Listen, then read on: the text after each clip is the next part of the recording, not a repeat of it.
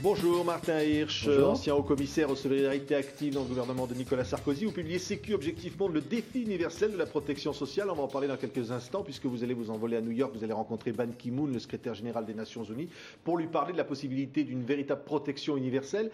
Mais en ce moment, à Paris, on discute du budget de la France avec une projection de croissance de 1,75% qui paraît très largement surestimée. On s'attend à de nouvelles économies sur les comptes de la sécurité sociale qui sont toujours en déficit. Vous pensez que les mesures du gouvernement sont les bonnes ? D'abord, c'est malheureusement la thèse du livre, c'est de montrer que si on veut sauver notre protection sociale en France, en Europe, il faut accélérer la construction de la protection sociale dans d'autres pays. Pourquoi est-ce qu'on fait feu de tout bois pour essayer de trouver des économies sur la santé et différents sujets comme ça ? Le médicaments, la taxation des mutuelles. Parce qu'à la fois il y a des déficits publics et à la fois ces dépenses pèsent sur le coût du travail. Et donc par différence, on se dit à chaque fois que ces dépenses sont trop élevées, il y a un risque de perte des marchés pour les Chinois et pour les Indiens. Et demain on dira pour les Africains. Donc il vaut mieux qu'ils se construisent une protection sociale.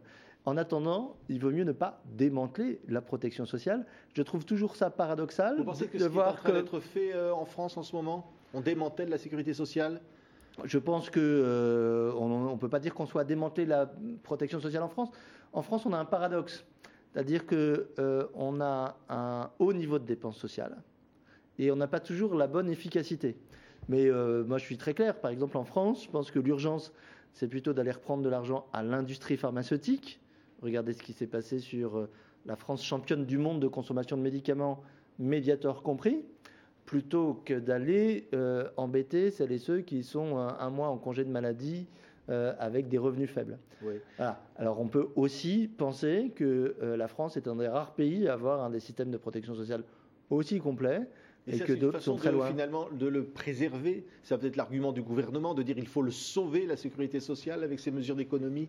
Il faut sauver la protection sociale, d'une part, en ayant une protection sociale efficace, j'ai aucun doute là-dessus, mais je vous dis, pour moi, l'inefficacité aujourd'hui dans l'assurance maladie, elle est davantage, mais de très loin, et je pense que c'est incontestable, on en a eu la preuve malheureuse ces derniers temps, dans la surconsommation, la surprescription de médicaments grâce ou à cause d'une industrie pharmaceutique qui met le système de santé sous influence, qu'à cause du coût unitaire des indemnités journalières. Ça veut dire que et moi, je pense toujours au fait que tous les gens qui sont en travail précaire, en fait, les femmes de ménage, elles prennent pas de congé maladie parce qu'elles n'ont pas d'indemnité journalière. Voilà. Donc en France, ce que ça montre, c'est que, et c'est ce que montre le travail qu'on a fait avec Michel Bachelet, c'est qu'aucun pays au monde ne peut dire, ben voilà, j'ai construit mon système de protection sociale, il est parfait, je m'arrête, je le gère en faisant des petits ajustements.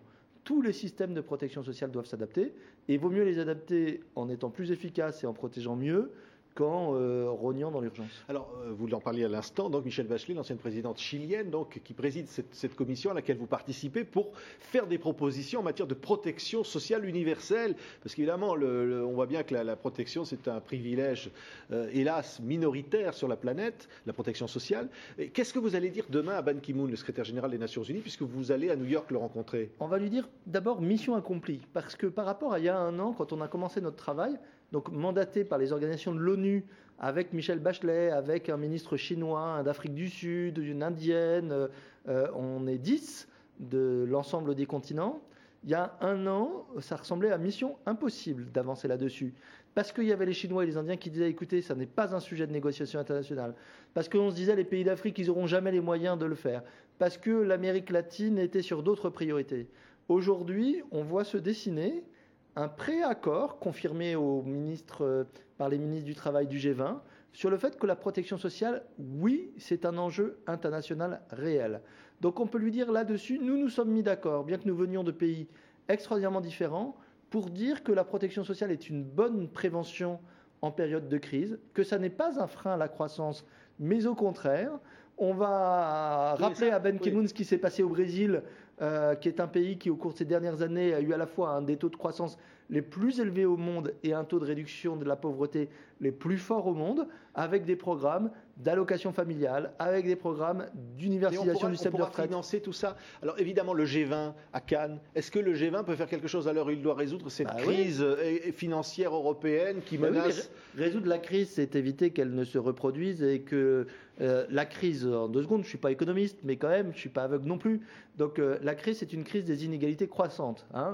Quant aux États-Unis, pays où la protection sociale n'est pas au top du top, quand vous avez les 1% les plus riches qui s'enrichissent et les autres qui prennent des subprimes, vous avez des éléments de crise.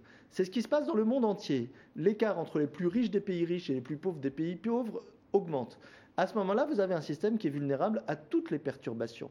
Donc ça n'est pas, on n'est pas là sur la planète Utopia en train de parler aux représentants du monde de la réalité pour faire passer pour des plaisantins.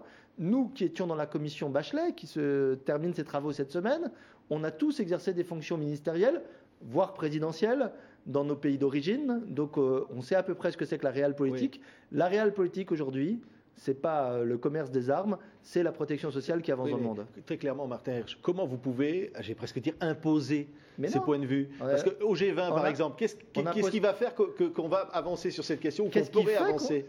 Mais ne parlez pas au conditionnel, qu'est-ce qui fait qu'on avance là-dessus? Le G20, il y a les chefs d'État dans 8 jours, mais il y a 8 jours, il y avait les ministres des Finances, les ministres de la coopération, les ministres du Travail de ces 20 pays, Chine et Inde compris. Ils ont tous accepté de dire que la protection sociale était un enjeu pour tous. Ils pourront faire une déclaration, qu'est-ce qu'ils vont faire? Pourquoi ils le font? Ils ne le font pas par philanthropie ou par révélation subite. Ils le font parce que si vous prenez les 3 composantes de l'humanité en ce moment, vous avez les pays les plus riches, j'y reviendrai. Vous avez les pays émergents. Qu'est-ce qui se passe dans les pays émergents?